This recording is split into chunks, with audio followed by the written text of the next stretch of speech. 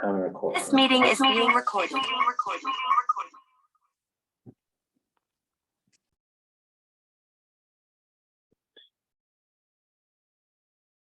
Try that again. Okay. So I'm recording, and this is week 4. Week 4, unit 4.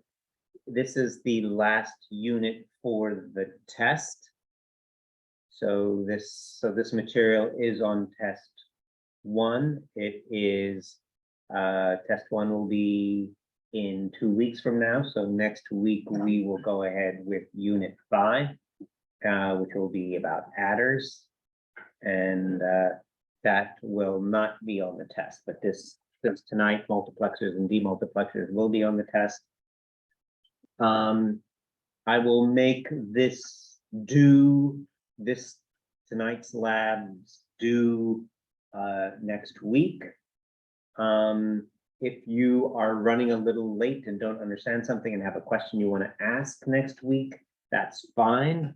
You won't get a late penalty on anything until if it's handed in after the first test. That's the only time you'll get the late penalty on this material. But if you want any feedback from me, then you should try to get it in so then I can have a chance to get it back to you, because I'm running about a week behind when people hand things in to when I get it graded. So you to have a chance of you getting feedback from me, either one, explicitly ask the question if you know you have a question, and if you think you understand but maybe you don't, then you want to get stuff in a week before the test so that I have a chance to get to it and give you my feedback in case you are doing something wrong. Okay, but no late penalty until the night of the test. Okay, that's also goes for the 4 homeworks, and I will ask at least one question from the book on the test. If you've read the book, and you'll be able to have the online version of the book and access it during the test and any labs during the test. So if you've read the book, that question won't be bad. If you haven't read it, maybe there's a 50-50 shot and you can fake it. Okay. Any questions before I start new stuff? Any part of the lab you want me to go over? No. Okay. So I posted something on multiplexing. This is like a pre-record I have on multiplexing, another pre-record on demultiplexing, which is the same stuff I'm going to say tonight, but tonight you can stop me. This is just pre-recorded. Then the 3 parts of the lab. The first parts are on multiplexing and demultiplexing. The third part, another resistor problem. But this problem is longer than the one on lab 3. And the test is usually somewhere in between, I think. Let me have a look at this one.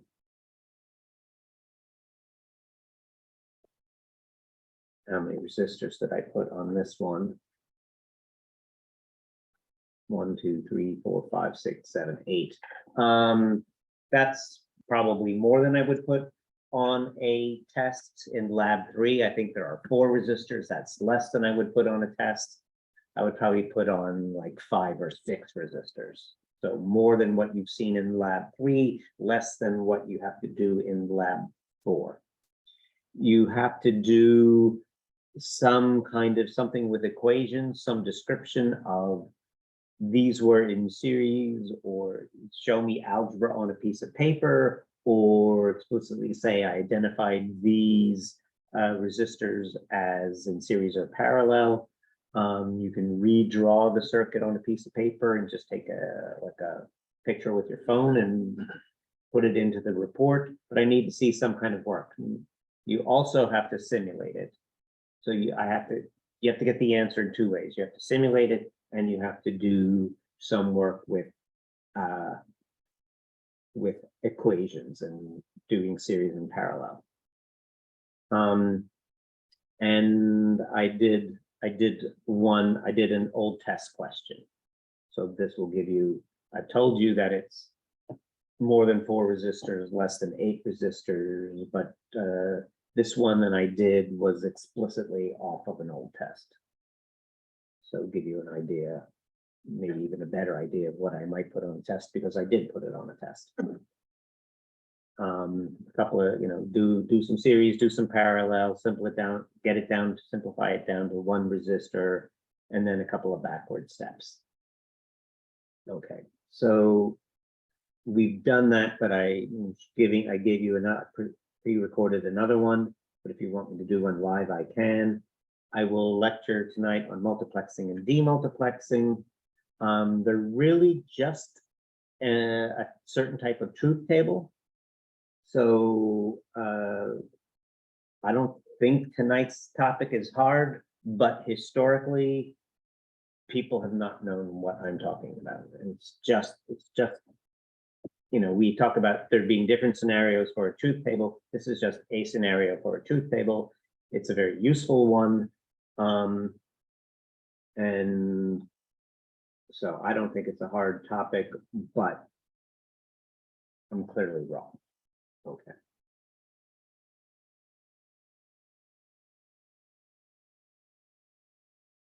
So I'm jumping in the middle because the beginning of this was just resistors. So I have these lectures set up in case I didn't get to resistors the last time, but I did. So here is, I'm starting with multiplexers and demultiplexers rather than repeating myself too much. Okay. So this is just about the main thing about multiplexing or demultiplexing is to pick something. I want to direct information from one place to another, and the first thing I have to do is pick a source of information. That's multiplexing, and then I have to pick a destination for the transmission of the information, and that's the demultiplexing. And so it is about picking a source, picking a destination. So most of the logic is the logic of picking, and it's just logic, so it's just a truth table. Okay. So a lot of, this course has some overlap with the computer architecture course. If you've had the computer architecture course, and you've talked about sort of what goes into an instruction, then maybe you know that there's a lot of parts of an instruction that are just moving stuff around. Go to memory and get the instruction, or go to memory and get the data, or take the data and put it over into this register. There's lots of just moving stuff around, and that's what we're talking about tonight, the very low bit level of what it takes to move stuff around. And that's usually the problem with this course, is that it's at this lowest bit level, and then people don't realize that that's all. They think somehow that there's more to it. Okay. Now I have a duplicate shame.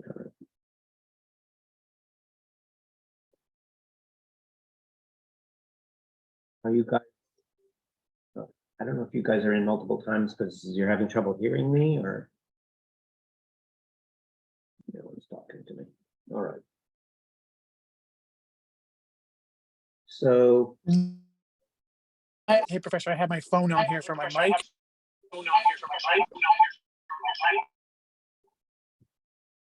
All right. One guy says something about his mic, and somebody said just changing devices. Okay. All right. Yeah, sorry. So I'm watching the slide deck on the computer, but I have my phone on for the mic. That's all. Okay. When there were 2 people doing it, I was concerned, but okay, one explained and the other one was just changing. Got it. All right.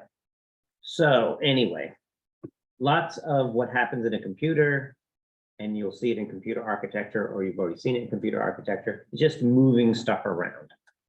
And that's what multiplexing and demultiplexing are. And we're going to be at the lowest level. And really, really the lowest level. And so information for us is a bit. We're going to have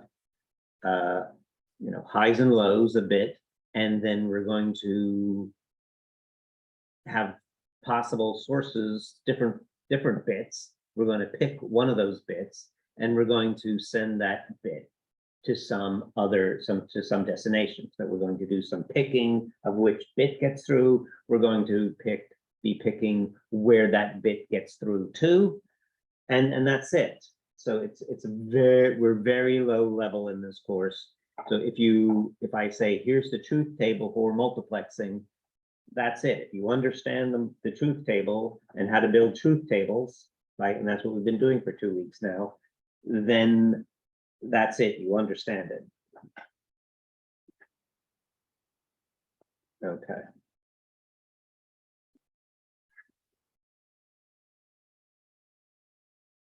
No, it's not taking my. All right.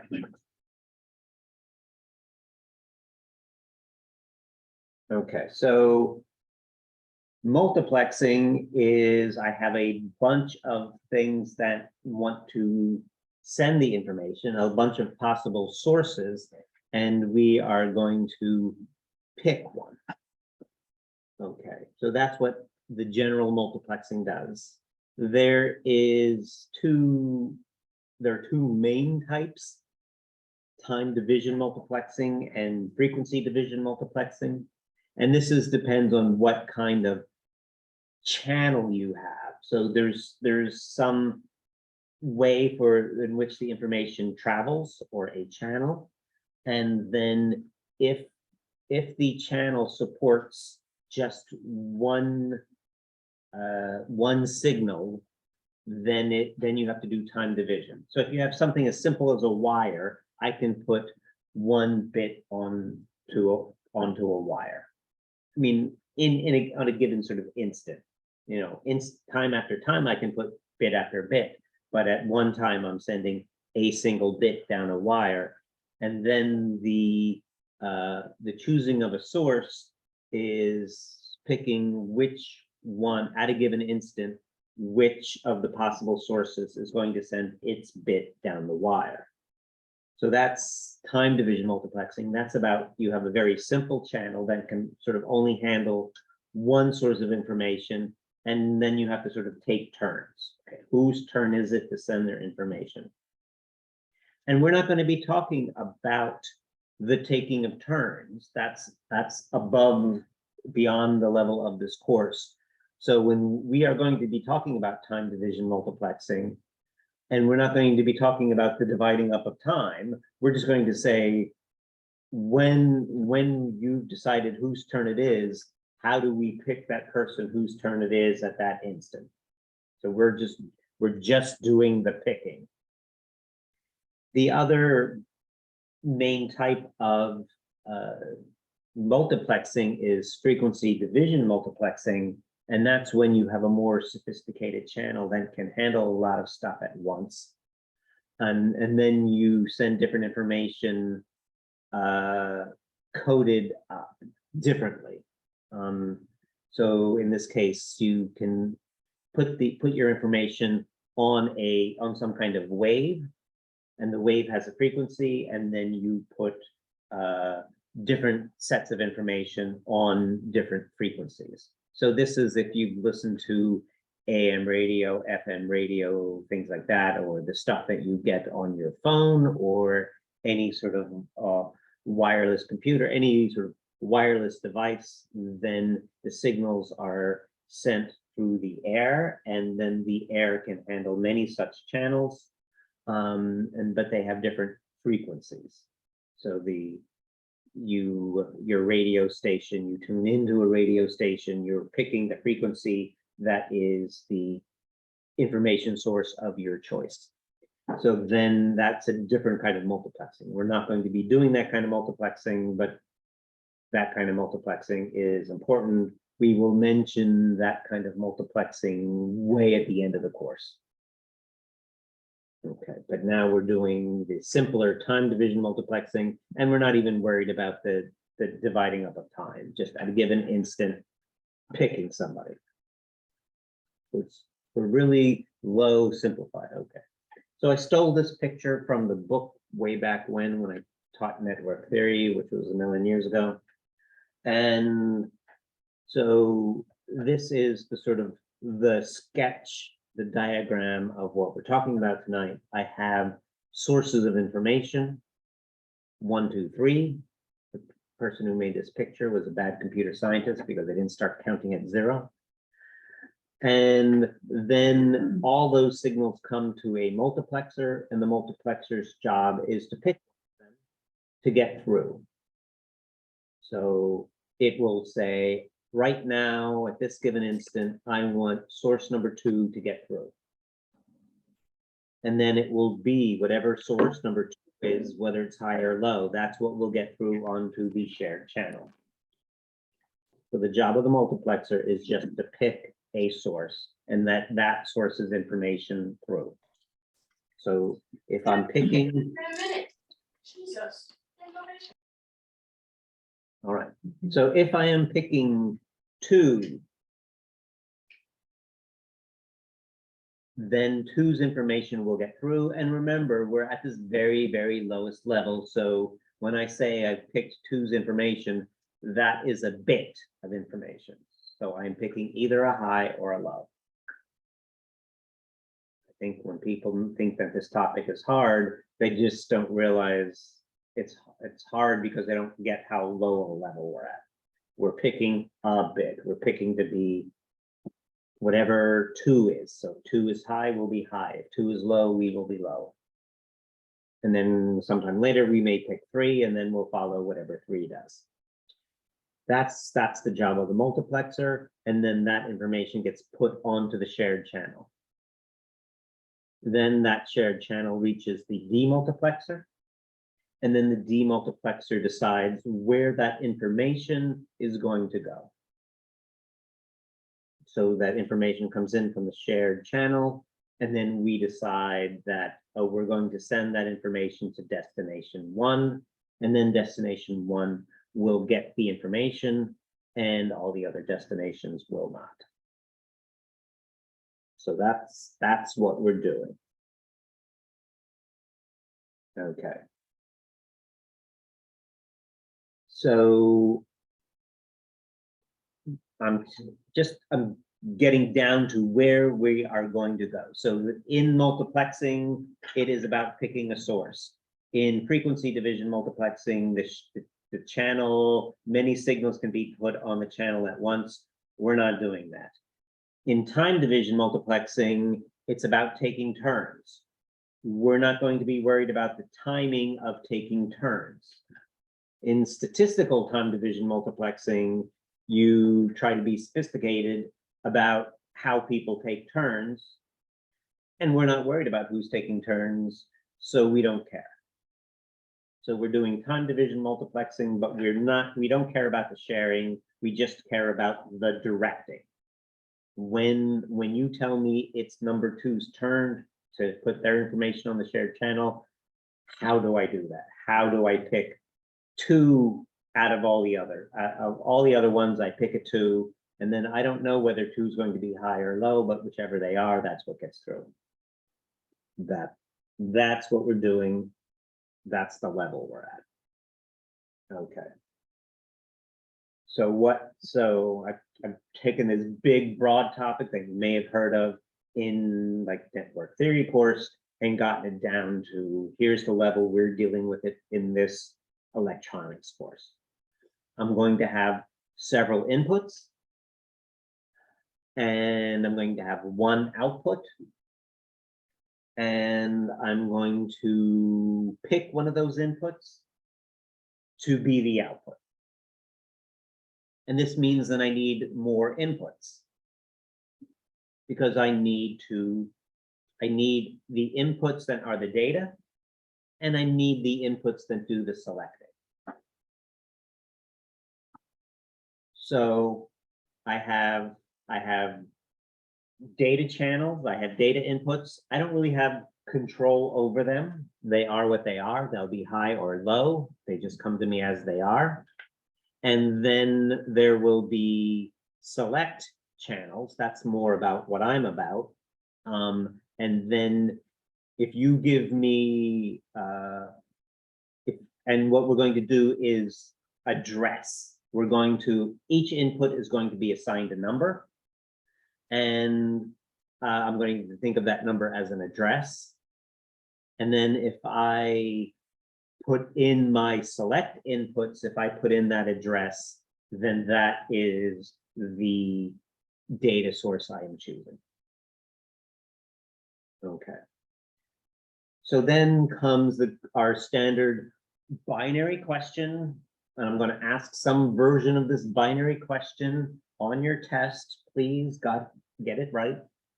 I'm going to say I'm picking from so many things, or I have so many blahs. How many bits do I need to do it?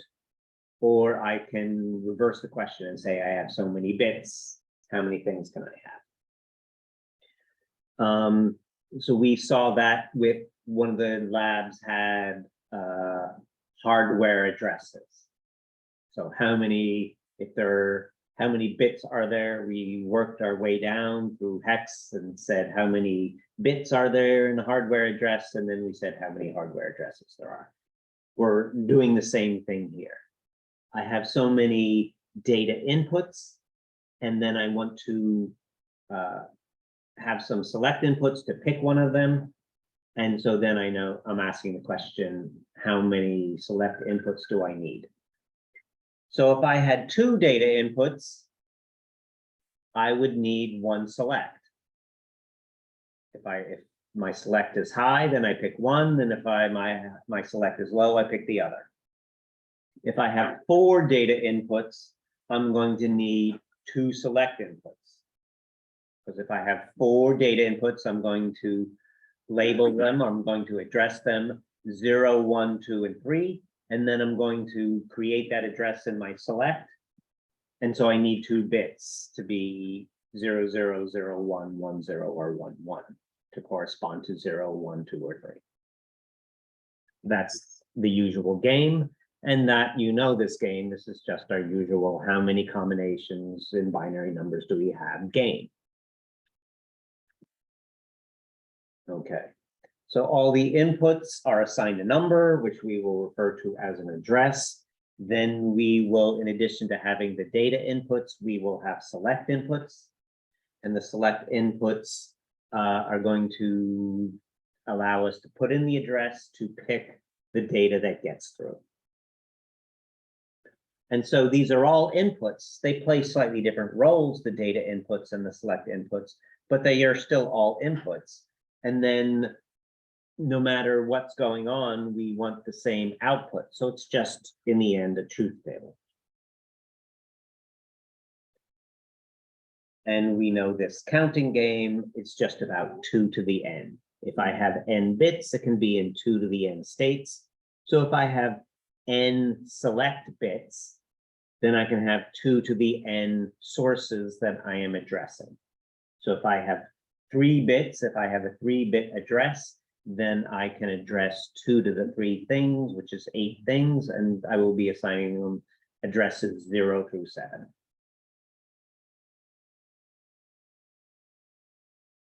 If you've never understood in your computer science life why we always start counting at 0, you will see that it's cooked into the very hardware.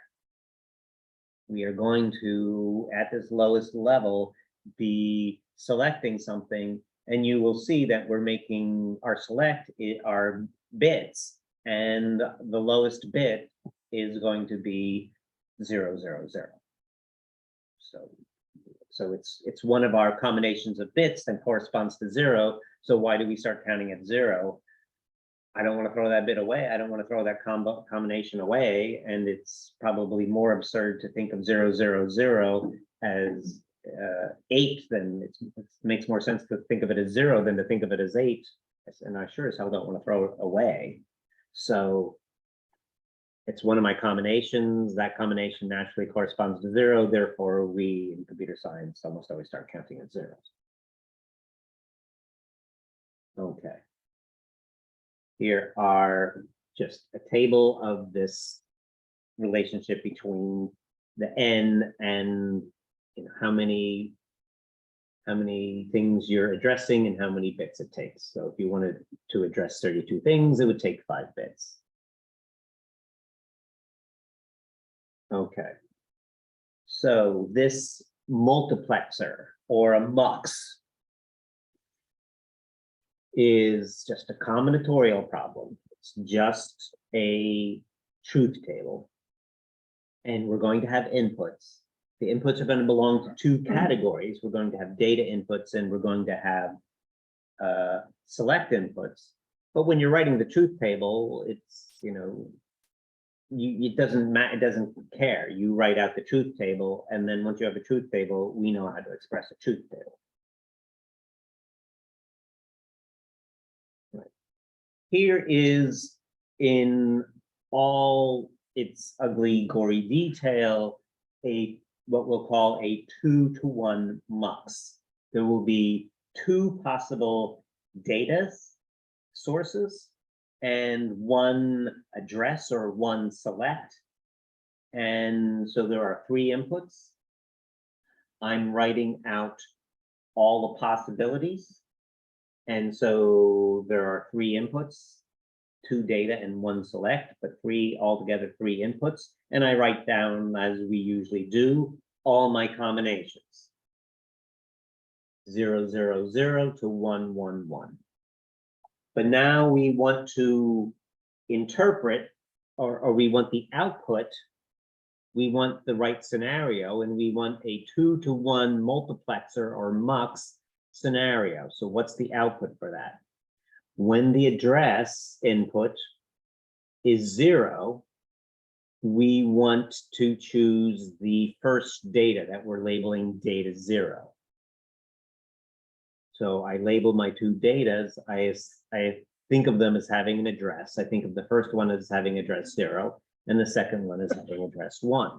And when I put in my address of 0, then I imagine myself picking data 0, and that's what I want to come out in the output.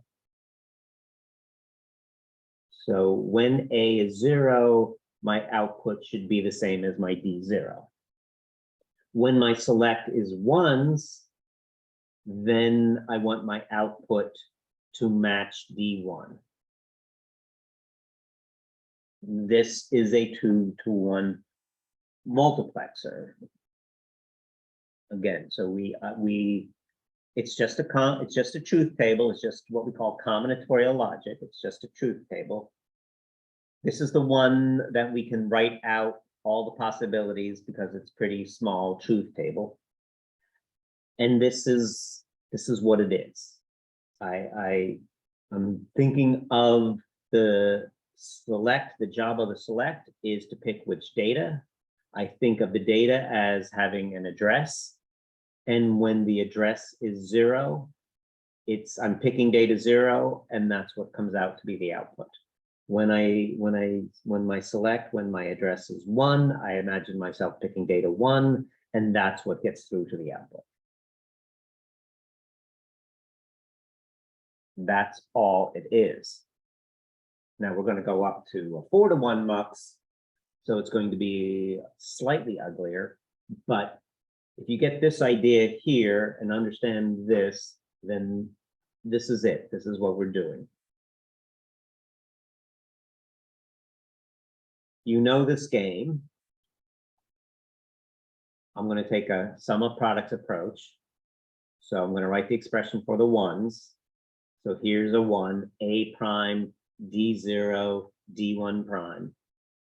And then this one is A prime, D0, D1. And you can see that these two 1s are only different by 1 bit.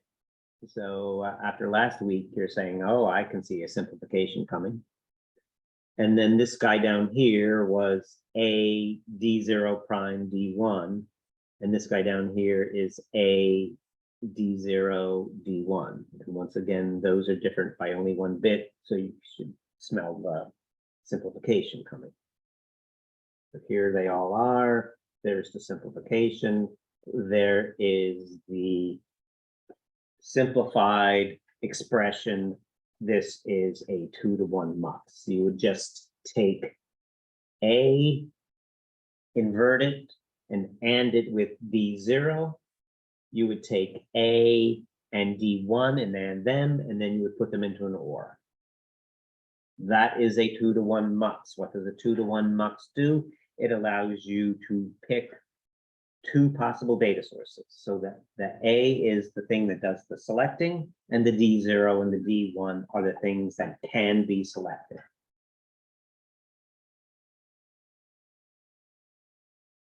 We could write it as a Carnot map. That's just a review of lecture 3.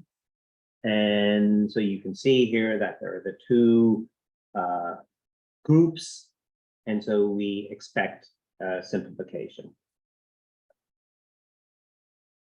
That just reminds me, when I said, are there any questions? Nobody said that they were confused about parity, which nobody was confused about the parity question.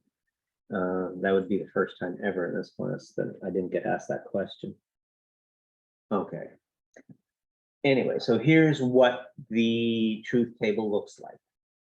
We have the A input. We have, I'm labeling it or using the key 0 and the key 1. So just to be clear which one is 0 and which one is 1. And you will see that the A, the select, gets inverted, but I don't need to invert. I don't need a NOT gate for key 0 or key 1. So the data inputs, they don't have any knots. If I want the data, then I want that data to get through. So I'm not inverting the data ever, but I invert the address because I want all the possible combinations of the address. Okay, so if A is high, then this second AND gate gets a high, and this first AND gate gets a low. And if an AND gate gets a low, then it definitely is altogether low, no matter what key 0 is. So if A is 1, this guy's getting a 0 from A prime, from the inverted A. And if a 0 goes into an AND gate, it's 0. So this is definitely a 0. Whereas down here, I'm getting a 1, and then key 1 can either be a high or a low. So if it's a high and high, a high gets through. If it's a low and a low gets through. So whatever key 1 was gets through to here. And this guy, top one was a 0, and this is whatever key 1 was, and I'm putting that into an OR gate. So key 1 is getting through. We saw it in the truth table. Maybe you can also sort of see it here in the logic gates. Yes, no, maybe, carry on. I'll carry on. Okay. If I tried to write out the truth table for the full-blown truth table for a 4-to-1 mux, if I have 4 data inputs, I would need to have those 4 states. To have the 4 addresses, 0, 1, 2, 3, I would need 2 selects. So therefore, I would need 6 inputs. And if I were to write out the full truth table in all 1s and 0s, it would be 2 to the 6th. It would be, I would have to write out 64 rows. Is that too?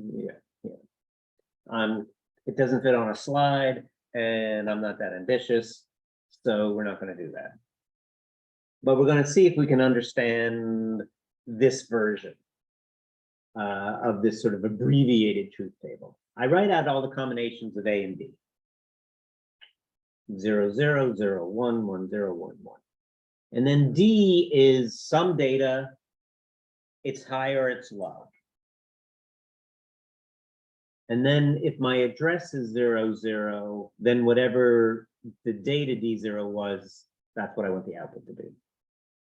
If my A is 0 and my B is 1, I want D1 to get through. If A is 1 and B is 0, I want D2 to get through. If A is 1 and B is 1, I want D3 to get through. And then D0 is high or low, and D1 is high or low, and D2 is high or low, and D3 is high or low. So if I wrote it all out, all the possibilities, it'd be a very long truth table. But hopefully you can see what I mean by this truth table, sort of comparing it to the previous truth table. We're using the address, the select, to pick one of the datas to get through and be the output. Who gets to go on to the shared channel.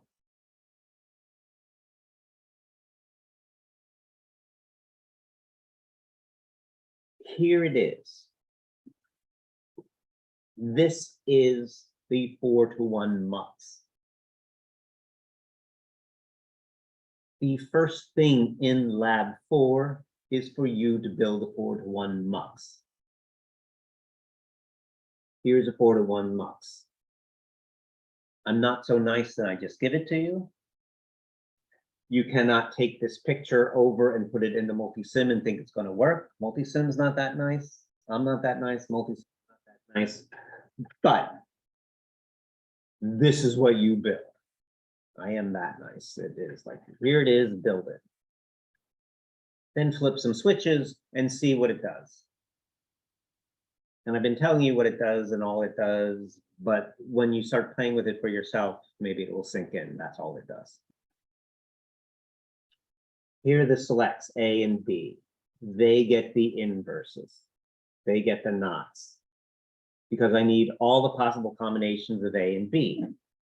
Each combination of A and B is a unique address, and so I need all the combinations. When I'm choosing the data, I want the actual data to get through, so I don't ever invert the data. So pick U3, U4, U5, U6, pick one of the AND gates for me. Somebody just yell out one of those. U5, thank you. Okay, so here is U5, it's an AND gate. AND gate, you need all, with an AND gate, you need all ones to get a 1. So when is it even possible for this guy to be a 1? Well, A is being fed into it, so A must be a 1. Inverted B is going into it, so B must be a 0. And then data 2 is going into it.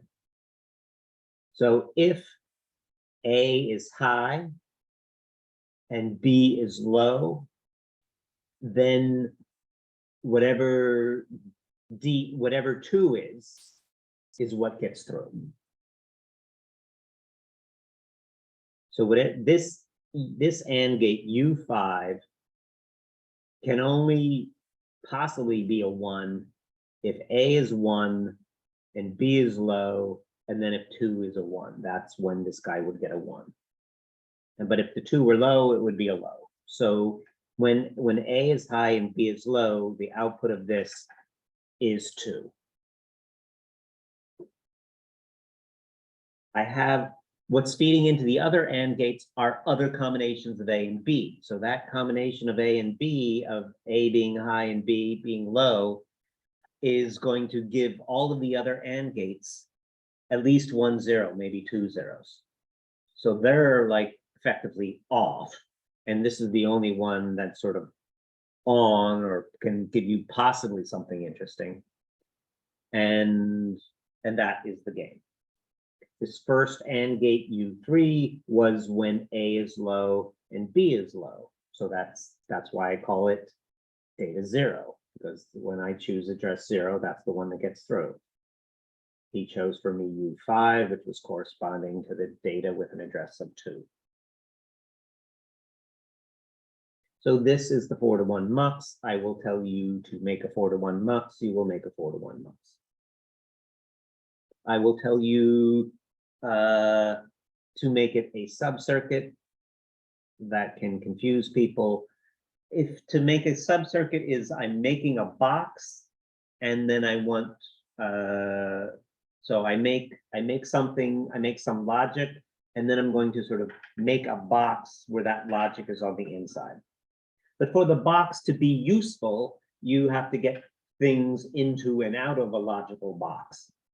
What do you want in? You want the inputs in and you want the outputs out. Here are the inputs. There are 6 of them. Here's the output. There's 1 of them. So to make a subcircuit, you will not do that. You will drag across this circuit, but you want these input lines to cross into the box, and you want the outline to cross the box, but you want everything else, including these dots down here, to be inside of the box. So then when you make the box, it should have 7 things sticking out of it. Whatever line you cross is like a little line in your box. If you have a box with nothing sticking out of it, it may have a lot of logic inside, but you have no access to that logic. You've made a brick. If you cut these lines, they don't do anything interesting, but you've made a way to sort of confuse your circuit. So when you make the subcircuit, it should have 6 inputs and 1 output. Then what else do I ask you to do with this thing? I ask you to put in address 0 and put in the data 0 and see that the output is 0, that it's low. And then keep the addresses 0, but make the data high and see that the light lights up. So I just want you to sort of start operating this circuit too. I force you through a number of states of this circuit for you to see it operate.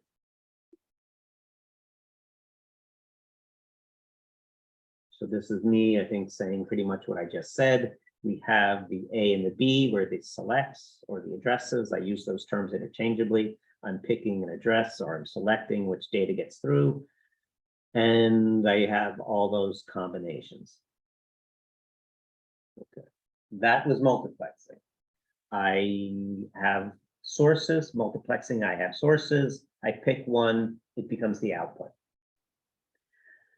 Now we turn the process around. I have one input and I want to select where it goes. And so I'm just on the other side of this where I am selecting, I have one piece of data coming in, but a number of places it can go and that I have to pick. So again, I need my address or my select inputs to figure out where it's going to go. And I will have many outputs because I have many places I can go. So they're all going to be my outputs, but only one of them is going to get data. Everybody else is going to get. You can do it where everybody gets a low, or you can do it where everybody gets a high. I tend to do it where everybody gets a low. Okay, and then once again, there are so many outputs and we play our counting game. If I had 4 outputs, then I need 2 addresses. If I had 8 outputs, then I will need 3 addresses. And I will use the word address and select interchangeably. So now we're on this other side of communication. We're getting the information off the shared channel. We have the device called the demultiplexer. The information, we're at this very lowest level. Our information is a single bit, but this bit can go to a number of destinations, and we need to pick which one it actually goes to. So just some nomenclature. We also call it a demultiplexer or a demux.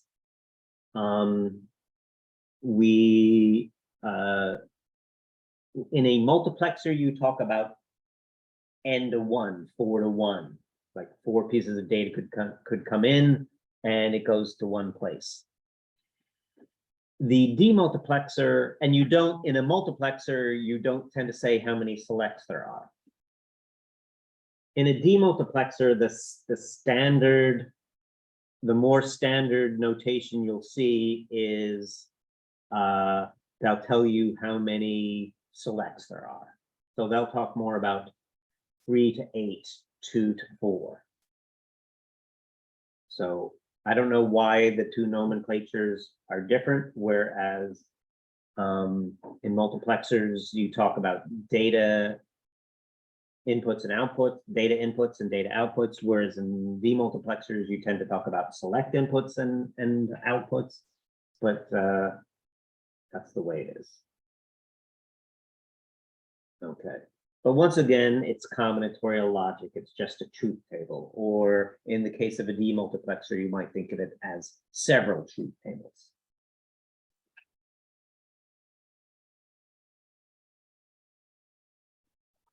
Here is a 1 to 4 mux, or maybe I should call it a 2 to 4 mux. I'm going to have 2 addresses, 1 piece of data coming in, because it's a demultiplexer, so there's always 1 piece of data coming in, and then there is the output. But there are 4 possible outputs. When the address is 0, output 0 gets some interesting data. Everybody else gets just zeros, nothing. When the address is 0, 1, output 1 gets some interesting data. Everybody else just gets flat zeros. When the address is 1, 0, 02 gets the interesting bit of information. Everybody else gets flat zeros. And when the address is 1, 1, the data goes to output 3, and everybody else is getting zeros. Will it ever be more than that? Or will always be, that you have those two, that will those two bits? The only thing I can change here is the number of selects and the number of outputs. So this was a, in multisim, you'll probably see it listed as a maybe a 2 to 1 demux or something like that, because there were 2 selects, 1 data, and 4 outputs. What would change is maybe there would be 3 addresses, 3 selects, and then there would be 8 outputs. And if that's the case, then it would pretty much be going in that kind of order. Yeah, this is the order. The other possibility is, like in mine, to keep my logic simple, I made the all this default zeros. So I have, look at my truth table, it's like single ones, and that's a very simple build. Sometimes they build it, sometimes they take the other approach where everybody will get a 1, and that's still a simple truth table, because instead of doing sum of products, if with a single 1, you would do product of sums with a single 0. So it's possible in real life that you would see lots of 1s and just some zeros. That's a possible change. And the other possible change is just to have more selects. Okay. So here is the 1 to 4 demux. So in some part of the lab, I say make a 1 to 4 demux. Here it is. Can you take the picture over and just run it? No. But can you build this? Yes, you can. It's a battery, it's a ground, it's some switches, it's a bit of logic. It's not that hard. The A and the B are the addresses, are the selects, so I need to make them inverted and have all the possibilities. There's only 1 data input, so it goes to all of the ands without any inversion. And then I have 4 outputs. It is very tempting when you see something like this to put a big ass OR gate and connect them all, and that is wrong. This is a demux. There are a lot of outputs. That's the point. That's what a demux is. Each one of these is sort of some different device that you may want to send your information to. You don't want to tie all those devices together. That would undo what you're trying to do here. Okay.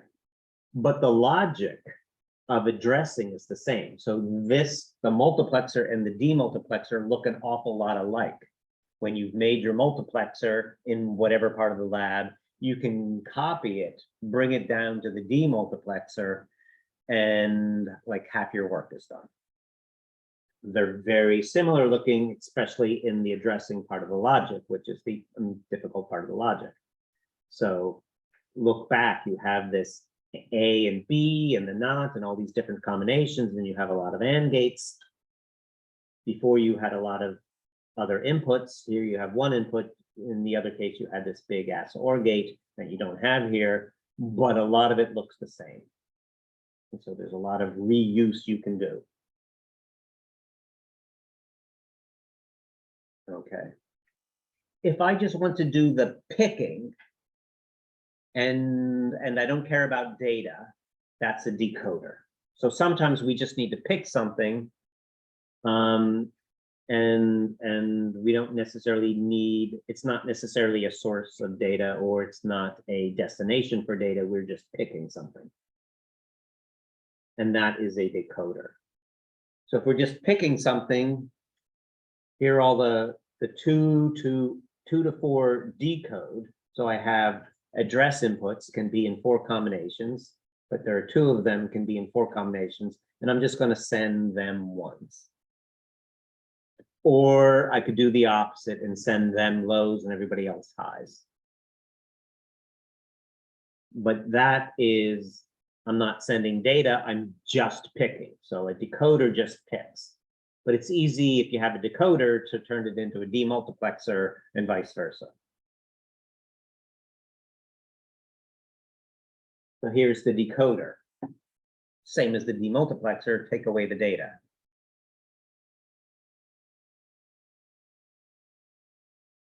Okay. Now I'm going to say some things that use a decoder. One of them is RAM. And so I'm going to tell you a little bit about RAM, so I'm a little bit in some ways ahead. But a register is a bit of memory. It holds bits. It remembers bits for us. And a register holds what we call a word. So in these days, a typical word maybe 32 bits or 64 bits. Or if you're talking about a word in memory, you often deal with 8-bit words in memory. Okay. But I have a big bunch of them, and I need to pick a register or pick a memory location.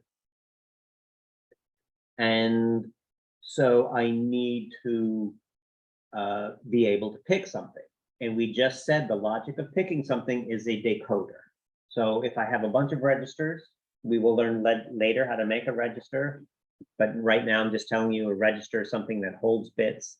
But if I have a bunch of them and want to be able to pick one, then I take that bunch of registers and add a decoder to it. And now I have addressable registers. I can pick a register and say, that's the register I want.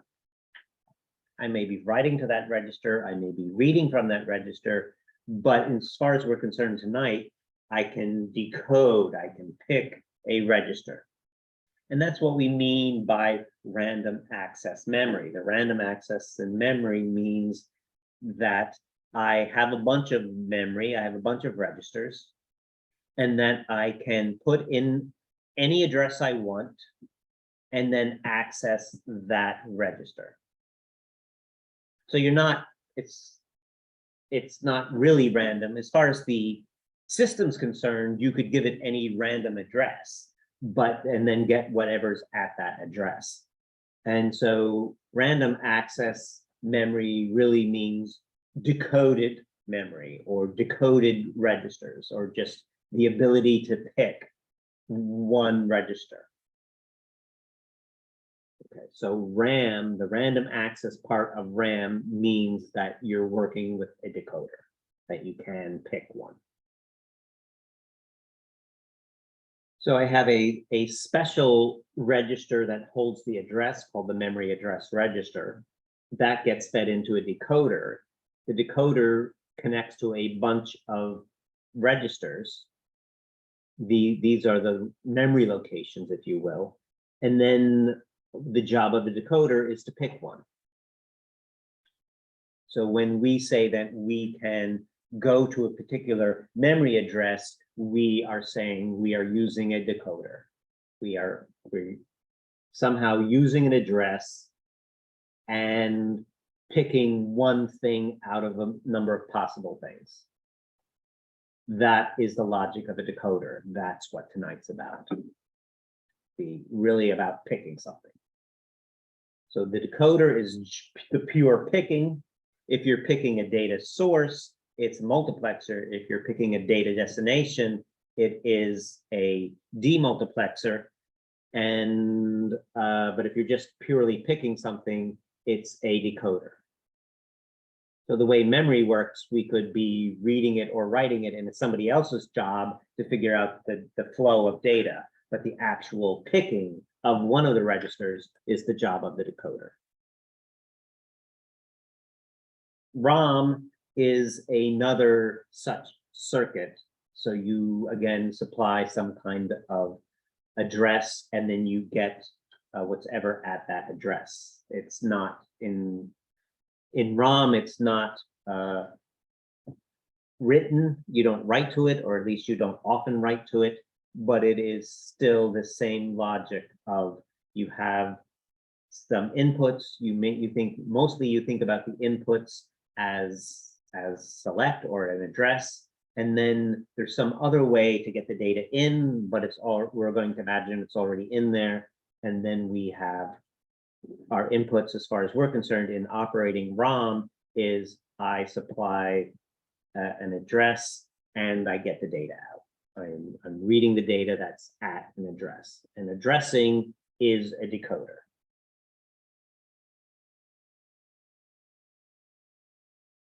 So here's a simple logic of ROM, not necessarily the way it's really done, but just the logic of. I can supply some addresses to a decoder. Out of the decoder come my lines, and I pick one of these lines comes out high and the rest come out low. That's what a decoder does. Picks of the lines coming out of the decoder, it picks one. That's the job of a decoder, is to pick something. I can have these lines going in the opposite direction. They're not dots here. These lines are not connected. They're just passing through each other in the night.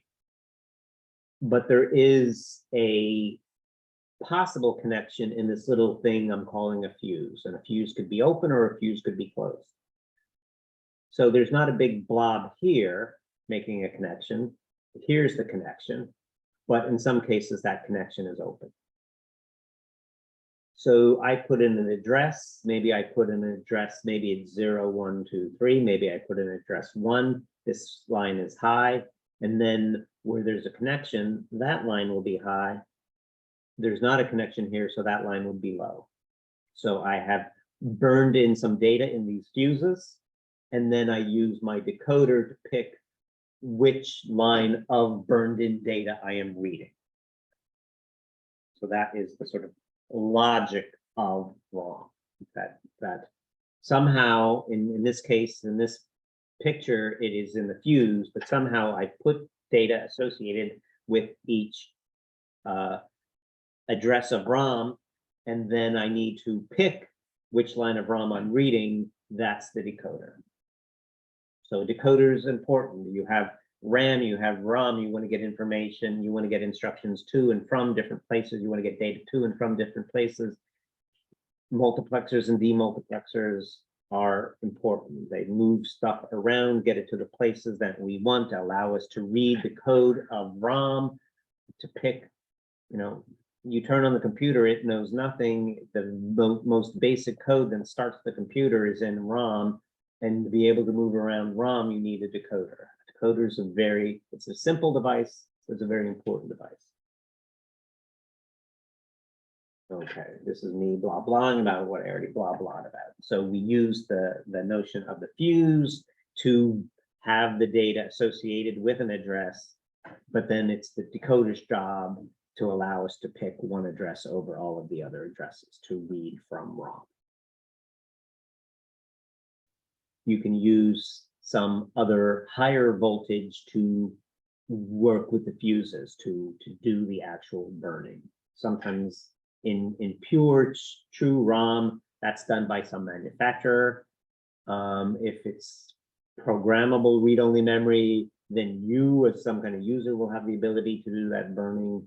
And if you've ever worked with, say, a flash drive or flashed a BIOS or anything like that, then you have done this, that you might not have decided what was burned, but you've done the burning if you worked with like flashing a BIOS. And if you're working, and this effectively a version of writable ROM is also flash. So if you work with a flash drive, you've worked with these things. That's it. I'm done much earlier, lecture-wise.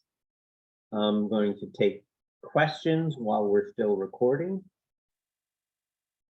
I told you that most people don't know what the hell parity is. That's on the end of, I think, one of maybe 3B or something like that. What is parity? Parity, huh? Brave man. Here we go. I think that was 3B if I recall, but I may not recall.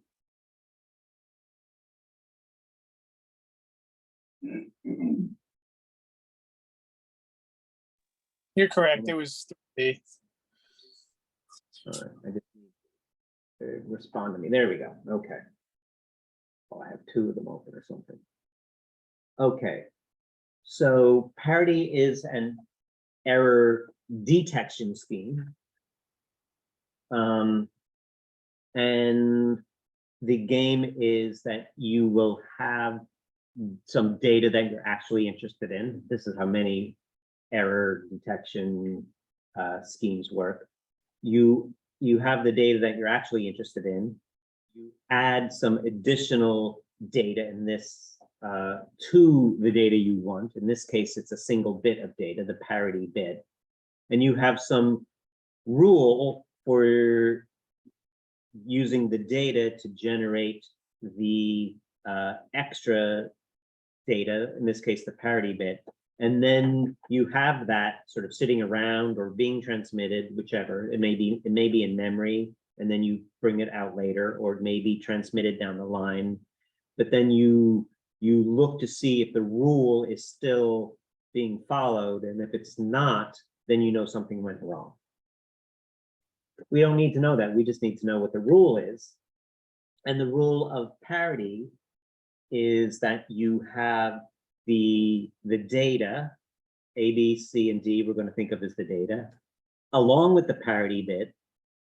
And I'm going to count the number of highs, the number of ones. I don't care about the zeros. I'm prejudiced that way. I don't care about the zeros. I'm going to count up the number of ones, and I want the number of ones to be an even number. So here, this very first cell here, A is 0, B is 0, C is 0, D is 0. There are 0 ones. 0 is even. I want to keep it even, so my parity bit is a 0. The next guy over, A is 0, B. Would that be a 1 because there's a 1 there? Because there's a 1 here. That's right. Because it's A is 0, B is 0, C is 0, D is 1. That's odd. I want to make it even, and so that's 1. So 0, 0, and 1, 1 would be a 0 because you'd have. Wait, I want to make sure I understand. 2 ones and 2 zeros, right? And then obviously it's a 1 because there's 2 zeros and just 1, 1. Keep going. Oh, keep going. Okay. Sorry. That's a 1 because obviously there's 2 zeros and 1, 1. That would be a 0 because there's 2 ones and 2 zeros. This would be a 1 because there's 3 1s and 2 zeros, and this is going to be a 0 because there's 2 1s and 2 zeros. You want me to keep going? Yeah, why not? Okay, well, in that case, we're just replicating what we already have. So this would be a 0. The next one would be a 1 because 3 1s, 1 0. The next one would be a 0. Oh, you know what? That's tricky. With that, you have 4 1s. Would that all be 4 is even. 4? Oh, so then you want it to be odd. So then that would be a 0. And then 3 1s would be odd, and you want it to be okay. So that'd be a 1.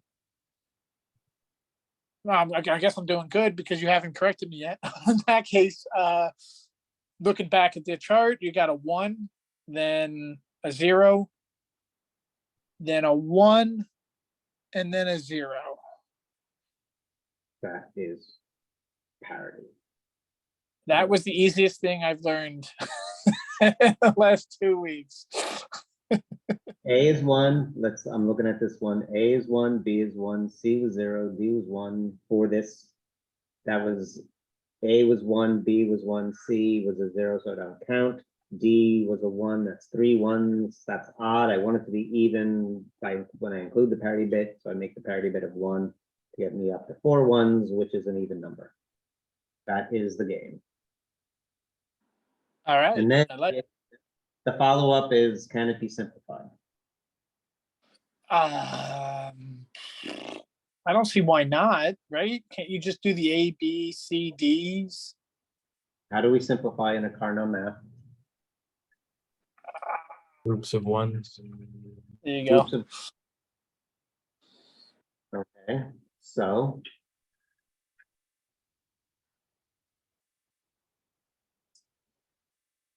It's groups of ones and five. There's like no groups of ones. There are no groups of ones.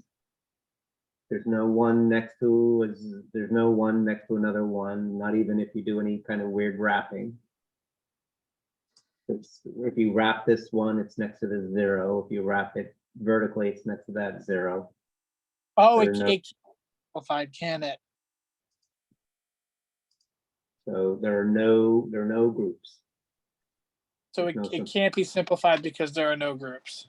That No. makes sense. Now, just to appreciate the Carnot map, imagine writing out the algebra. Take those 8 1s, 8 1, yeah, 8 1s.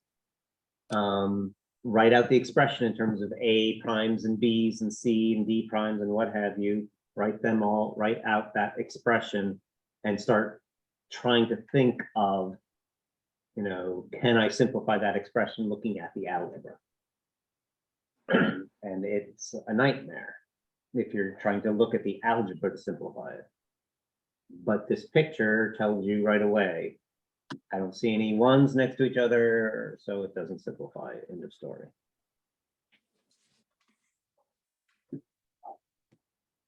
So I just did. All right. Yeah, I'll take it. Are there any other questions?